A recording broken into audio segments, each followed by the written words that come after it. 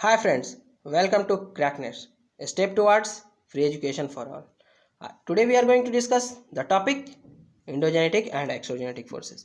ये हम लोग कर रहे हैं ज्योग्राफी ऑप्शनल पेपर 1 का सीरीज, जिसमें हम लोगों ने लास्ट क्लास किया था फैक्टर अफेक्टिंग लैंडफॉर्म डेवलपमेंट। ठीक है, तो अगला टॉपिक हमारा कौन है? Endogenic and exogenetic forces. ये टॉपिक थोड़ा बड़ा है, इसलिए हम लोगों ने इसे 3 क्लास में डिवाइड किया है। ठीक है, अगर आपको कोई भी डाउट हो तो आप किसी भी क्लास का किसी भी टाइम पे टॉपिक कमेंट में पूछ सकते हैं। तो चलिए हम लोग शुरू करते हैं। यहाँ पे 2 इमेजेस हैं, इमेज 1 एंड इमेज 2। इसको देख के आपको क्या फीलिंग आता है और क्या समझ में आता है कमेंट में जरूर बताइएगा। तब तक हम लोग आगे बढ़ते हैं, endogenetic forces and exogenetic forces. और ये टॉपिक मैंने पहले ही बताया बड़ा है, तो आज हम लोग एक्सोजेनेटिक फोर्सेस करेंगे। ठीक है, तो उससे पहले हम लोग शुरू करते हैं, देखते हैं जियोलॉजिकल चेंजेस। जियोलॉजिकल चेंजेस क्या होते हैं? जियोलॉजिकल चेंजेस 2 तरह के होते हैं, long period changes and short period changes. Long period changes में क्या होते हैं? जो लंबे टाइम में चेंज हो रहा है, जैसे नाम से ही पता चलता है, जैसे माउंटेन फॉर्मेशन हिमालयन हमारा 30 million year ago formation start हुआ था and still it is a young mountain. तो अभी तक ये यंग माउंटेन ही है। तो हिमालयन हो गया, लेक्स हो गया, रिवर्स हो गए, तो ये सब क्या है? लॉन्ग पीरियड ऑफ चेंज में होते हैं, मतलब सालों से हो रहे हैं और हो ही रहे हैं और हमें पता नहीं चलता है। आदमी अपने लाइफ में इसे फील भी नहीं कर पाता है। जैसे कि फॉर्मेशन ऑफ हिमालय मैंने बताया ना, अभी भी वो यंग माउंटेन है। बट शॉर्ट पीरियड चेंजेस क्या है? ये बहुत खतरनाक होते हैं, बहुत जल्दी हो जाते हैं, जैसे वोल्केनिक इरप्शन। और ये देखो, लावा फॉर्मेशन हो रहा है, यहाँ पे बहुत जल्दी हो जाता है। You can see the new layer of magma and lava on the earth crust. यहाँ पे बातें समझ में आई? उसके बाद देखिए, यहाँ पे देखिए emergence of land, emergence of land है और यहाँ सबमर्जेंस ऑफ लैंड है। यहाँ पे कोई कॉन्टिनेंट का नया ये हो रहा है, इमरजेंस हो रहा है, और यहाँ पे कोई डूब रहा है। ये कैसे होता है? आपने सुनामी में देखा होगा, इंडिया का इंदिरा पॉइंट डूब गया था, याद है ना आपको? चलिए नेक्स्ट स्लाइड में देखते हैं। तो जियोलॉजिकल चेंजेस 2 टाइप्स के होते हैं, long period changes and short period changes. दोनों का एग्जाम्पल मैंने आपको बता दिया है। तो आगे देखते हैं। नेक्स्ट स्लाइड में हमारा क्या है? फैक्टर, जो हम लोगों ने पढ़ा, जो फैक्टर हैं जो अर्थ क्रस्ट को इफेक्ट करते हैं, that is exogenetic forces and endogenetic forces. आज हम लोग जिसके बारे में पढ़ेंगे वो एक्सोजेनेटिक फोर्सेस के बारे में पढ़ेंगे और एंडोजेनेटिक फोर्सेस के कुछ पोर्शंस को पढ़ेंगे। ठीक है, जिसमें हमारा sudden movement and volcanic eruption आएगा। ठीक है, इसमें और हमारा आता है सॉइल क्रीप वगैरह भी आता है, लैंडस्लाइड वगैरह भी आता है, वो भी हम लोग ट्राई करेंगे देखने का। अगर टाइम रहा तो हम लोग आगे भी देखेंगे। चलिए हम लोग देखते हैं। उसके बाद हम लोग नेक्स्ट क्लास में डायस्ट्रोपिक फोर्सेज और ऑरोजेनेटिक फोर्सेज, इपिरोजेनेटिक फोर्सेज, अपवर्ड मूवमेंट और टेंशनल फोर्सेज, ये सारे टॉपिक को हम लोग नेक्स्ट क्लास में धीरे धीरे कवर करेंगे। ठीक है, तो चलिए हम लोग देखते हैं आगे का टॉपिक, एक्सोजेनेटिक फोर्सेज। एक्सोजेनेटिक क्या है? नाम से पता चलता है। एक्सो मतलब क्या? बाहर का। जेनेटिक मतलब क्या? फॉर्मेशन, जहाँ से वो ऑरिजिन। समझ में आई बात है? एक्सोजेनेटिक एंड एक्सो मतलब बाहर एंड जेनेटिक मतलब फॉर्मेशन। ठीक है, एंड ये फोर्सेस है। ठीक है, इसको हम लोग क्या बोलते हैं? Destructive forces. ध्यान देना, क्या बोलते हैं? Destructive forces. क्यों? क्योंकि ये डिस्ट्रक्शन करते हैं एनर्जी। और इसके लिए एनर्जी कहाँ से मिलता है? Energy from earth atmosphere, solar, wind, river and glacier. These are the forces which are responsible for destruction, and इसको हम लोग क्या बोलते हैं? एक्सोजेनेटिक फोर्सेस बोलते हैं। अब देखिए आपके पास 2 प्यारा एग्जाम्पल है, देखने में तो बड़ा सुंदर लग रहा है। देखिए ये क्या है? ये हमारा है रॉक। इस रॉक में क्या हो रहा है बताओ? इस रॉक में ये टूट रहा है। ठीक है, इसको हम लोग क्या बोल सकते हैं? इरोजन हो रहा है। ठीक है, डेनुडेशन बोल सकते हैं एंड वेदरिंग बोल सकते हैं, सारे प्रोसेस है। और ये टूट रहा है, तो ये हो गया ना डिस्ट्रक्टिव फोर्सेस। ये बातें समझ में आई? यहाँ पे देखो ये क्या है? ये मशरूम लाइक स्ट्रक्चर है, ये वोल्केनिक इरप्शन में हमें पढ़ना है। क्या पढ़ना है? ये लैकोलिथ है।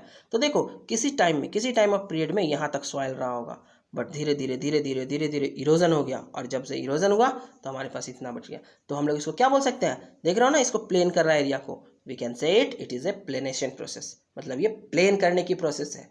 तो एक्सोजेनेटिक फोर्सेस से हमारे पास क्या आया keywords? Destructive forces, energy from earth atmosphere, solar, wind and glacier. यहाँ तक में किसी को कोई डाउट तो आप कमेंट करते रहिएगा, मैं बताऊंगा। चलिए नेक्स्ट स्लाइड देखते हैं। नेक्स्ट स्लाइड में क्या है? एक्सोजेनेटिक फोर्सेस में इसको हम लोग क्या बोलते हैं? डेनुडेशनल प्रोसेस बोलते हैं। कौन सा प्रोसेस बोलते हैं? डेनुडेशनल प्रोसेस। ठीक है, इसको डिस्ट्रक्टिव प्रोसेस बोलते हैं, प्लेनेशन प्रोसेस बोलते हैं। ये मैंने आपको पहले ही बता दिया था। ऑरिजिनेटेड फ्रॉम अर्थ एटमॉस्फेयर, इसमें हमारा क्या? वेदरिंग है। तो हम लोग एक्सोजेनेटिक फोर्सेस का फर्स्ट पार्ट देख रहे हैं, तो वेदरिंग, और इसको बाद देखेंगे इरोजन। ठीक है, वेदरिंग एंड इरोजन क्या होता है। ठीक है, अब देखो वेदरिंग क्या है। देखो ये एक रॉक है, ये टूट टूट के यहीं गिर रहा है। ठीक है, due to contraction and relaxation, last class में भी बताया था। ठीक है। यहाँ पे हाई टेम्परेचर हुआ होगा तो ये क्या हो गया, फैल गया होगा पत्थर, और जब लो टेम्परेचर होगा तो ये सिकुड़ रहा होगा, उसकी वजह से ये टूट रहा है। यहाँ पे भी देखो वेदरिंग, यहाँ पे कोई बड़ा चट्टान रहा होगा, वो टूट के गिर गया, तो ये सब किस प्रोसेस में आता है, वेदरिंग के प्रोसेस में आता है। ये कंटिन्यूअस डिस्ट्रक्शन करते हैं एक्सोजेनेटिक फोर्सेस, ठीक है। और ये क्या करते हैं, created by endogenetic forces. Endogenetic forces ने जो भी रिलीफ फीचर को क्रिएट किया है उसका डिस्ट्रक्शन करते हैं, कौन, एक्सोजेनेटिक फोर्सेस। ये लाइन समझ में आया, the relief feature created by endogenetic forces. Endogenetic forces ने जो भी रिलीफ फीचर को क्रिएट किया है उसका डिस्ट्रक्शन करते हैं, कौन, एक्सोजेनेटिक फोर्सेस। इसमें एक प्रोसेस है वेदरिंग, दूसरा है erosion. And weathering and erosion को हम लोग और ध्यान से आगे के स्लाइड में देखते हैं। आइए पहले वेदरिंग को देखते हैं। वेदरिंग में क्या है, ये फिजिकल मैकेनिकल वेदरिंग होता है, केमिकल वेदरिंग होता है, बायोलॉजिकल वेदरिंग होता है। आइए तीनों टर्म को समझते हैं। फिजिकल वेदरिंग में कोई रॉक है, बड़ा सा रॉक है, वो टूट रहा है कॉन्ट्रैक्शन एंड रिलैक्सेशन की वजह से, ठीक है, तो उसको हम लोग फिजिकल वेदरिंग बोलेंगे।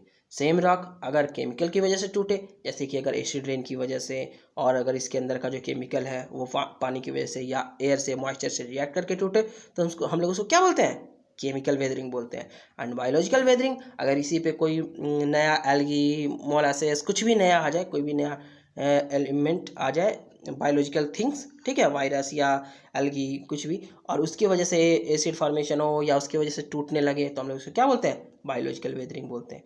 3 पॉइंट समझ में आया, physical weathering, chemical weathering and biological weathering. अब देखो ये एक स्टैटिक पोर्शन है, कौन सा प्रोसेस है, स्टैटिक प्रोसेस, ठीक है। ये डिग्रेडेशन एंड डिपोजिशन करता है of rock in situ. In situ geographical term है एट साइट, इसका मतलब क्या होता है, एट साइट। यहाँ तक बातें समझ में आई। वेदरिंग की वजह से डिपोजिशन होता है रॉक्स इन सितु में, ठीक है। वेदरिंग फॉर्मेशन इन, वेदरिंग क्या करता है, results in formation of soil, ये वेरी वेरी इंपॉर्टेंट है, ठीक है। वेदरिंग की वजह से हमारा सॉइल का फॉर्मेशन होता है। अब यहाँ तक बातें समझ में आई। चलिए हम लोग अगला स्लाइड में देखते हैं। अगला स्लाइड में हमारा क्या, देखो इरोजन। इरोजन है, इरोजन क्या है, एक डायनेमिक प्रोसेस है, रिमूवल एंड ट्रांसपोर्टेशन एक्शन। अब देखो रिमूवल एंड ट्रांसपोर्टेशन, इसमें क्या होता है, देखो यहाँ से इरोड होना शुरू हुआ, यहाँ से सारा मटेरियल इरोड होकर कहीं और जा रहा है, कहीं और जा रहा है due to air and wind, तो हम लोग इसको बोल सकते हैं ना कि रिमूवल एंड ट्रांसपोर्टेशन एक्शन है, ये रिमूवल भी हो रहा है, ट्रांसपोर्टेशन, और ये इसका डिफरेंट डेस्टिनेशन हो रहा है। डिफरेंट डेस्टिनेशन का मतलब क्या हो, एक पॉइंट से दूसरे पॉइंट पे ये जा रहा है, मतलब डेस्टिनेशन तो चेंज हो गया ना इसमें। समझ में आई बात, dynamic process, removal and transportation and different destination. यहाँ तक बातें समझ में आई। चलिए नेक्स्ट हम लोग स्लाइड में आगे बढ़ते हैं। नेक्स्ट स्लाइड में क्या, अब हम लोग आ गए इंडोजेनेटिक फोर्सेस। ये बहुत बड़ा है, ये 2 क्लास लेगा हमारा, ठीक है, इंडोजेनेटिक फोर्सेस। तो आइए हम लोग आज फर्स्ट क्लास में इंडोजेनेटिक फोर्सेस को देखते हैं। इंडोजेनेटिक फोर्सेस को हम लोग क्या बोलते हैं, कंस्ट्रक्टिव फोर्सेस। कंस्ट्रक्टिव किस सेंस में, क्योंकि ये नया प्लेट्स और नया क्या फॉर्मेशन, लैंड फॉर्मेशन का करता है, तो हम लोग इसको क्या बोलते हैं, endogenetic forces and constructive forces. इसमें क्या होगा, जैसे वल्केनो से नया पहाड़ बन जाता है ना, वल्केनिक माउंटेन, तो हम लोग इसको क्या बोलते हैं, कंस्ट्रक्टिव फोर्सेस, ठीक है। Energy from earth interior, earth interior से जो एनर्जी निकलता है उसको हम लोग क्या बोलते हैं, इंडोजेनेटिक फोर्सेस। अब देखो इसको ऐसे समझो, इंडो मतलब अंदर का, जेनेटिक मतलब फॉर्मेशन, तो इंडोजेनेटिक फोर्सेस हो गया ना, endogenetic forces, energy from earth interior, ये कंस्ट्रक्टिव फोर्सेस होता है। इसमें 2 तरह के मूवमेंट होते हैं, ठीक है, एक होते हैं हॉरिजॉन्टल मूवमेंट, दूसरे होते हैं वर्टिकल मूवमेंट, ठीक है। तो अब हॉरिजॉन्टल मूवमेंट तो नाम से ही पता चल रहा है कि ये हॉरिजॉन्टल मूवमेंट करेगा, और वर्टिकल मूवमेंट करेगा। तो चलो हम लोग देखते हैं इसको और अच्छे से देखते हैं आगे के स्लाइड में। तो चलिए देखते हैं हॉरिजॉन्टल मूवमेंट। हॉरिजॉन्टल मूवमेंट में क्या है, due to contraction and expansion of rock, ठीक है, ठीक है। हॉरिजॉन्टल वर्टिकल मूवमेंट कैसे होते हैं, ये तो हॉरिजॉन्टल वर्टिकल मूवमेंट दोनों के बात है। Contraction and expansion of rock. Varying thermal condition मतलब क्या, हाई हीट होगा, लो टेम्परेचर हो जाएगा, सडन जल्दी होगा, तो उसकी वजह से हमारा जो क्या होता है, चेंजेस होता है। और इंडोजेनेटिक फोर्सेस कैसे बनते हैं, आपको पता है ना कि हमारे अर्थ के अंदर बहुत सारे रेडियो एक्टिव एलिमेंट है, तो उन रेडियो एक्टिव एलिमेंट की वजह से जो रिएक्शन होता है उसको भी हम लोग क्या बोलते हैं, इंडोजेनेटिक फोर्सेस, उसकी वजह से जो फोर्सेस बनते हैं। यहाँ तक बातें समझ आई। Magma flow, this is also example of क्या, इंडोजेनेटिक फोर्सेस। चलो आगे देखते हैं। अब देखो इसमें हम लोग क्या है, सडन फोर्सेस है, सडन मूवमेंट है, massive destruction, sudden forces sudden movement हो गया, उसके बाद massive destruction at below earth surface, massive destruction हो गया बिलो अर्थ सरफेस, और इसको कंस्ट्रक्टिव फोर्सेस बोलते हैं, सडन रैपिड इवेंट भी बोलते हैं, ठीक है। यहाँ तक बातें समझ में आई। ये सब बातें हो रही किसकी, इंडोजेनेटिक फोर्सेस की। अब देखो वोल्केनिक इरप्शन एंड अर्थक्वेक, इसको हम लोग क्या बोलते हैं, एक्सट्रीम इवेंट बोलते हैं। देखो अब वोल्केनिक इरप्शन क्या है एंड अर्थक्वेक क्या है, ये भी देखो ध्यान से। देखो लार्ज एरिया, इस ये क्या अफेक्ट करता है, क्या लार्ज एरिया ऑफ ग्लोब को, और ये producer meso level relief. Meso level relief क्या है, मैक्रो एंड माइक्रो के बीच का डिफरेंस, मतलब बहुत बड़ा और बहुत छोटा के बीच का डिफरेंस क्या आता है, मीजो लेवल रिलीफ। जैसे mountain formation, plateau, plains, lakes, big faults, ये सारे एग्जांपल है किसके, मीजो लेवल रिलीफ की। यहाँ तक बातें समझ में आई। चलो अब देखो अर्थक्वेक क्या क्रिएट्स करता है, fracture and faults. Earthquake create करता है फ्रैक्चर एंड फॉल्ट को। अर्थक्वेक एंड वोल्केनो हमारा एक अलग चैप्टर है, हम लोग उसको फिर से पढ़ेंगे। उसके पहले देखो वोल्केनिक इरप्शन क्या है, plateau, volcanic mountain, Deccan plateau of India, very very important term, Deccan plateau of India, इसको याद रखना, बहुत जगह पे ये आएगा।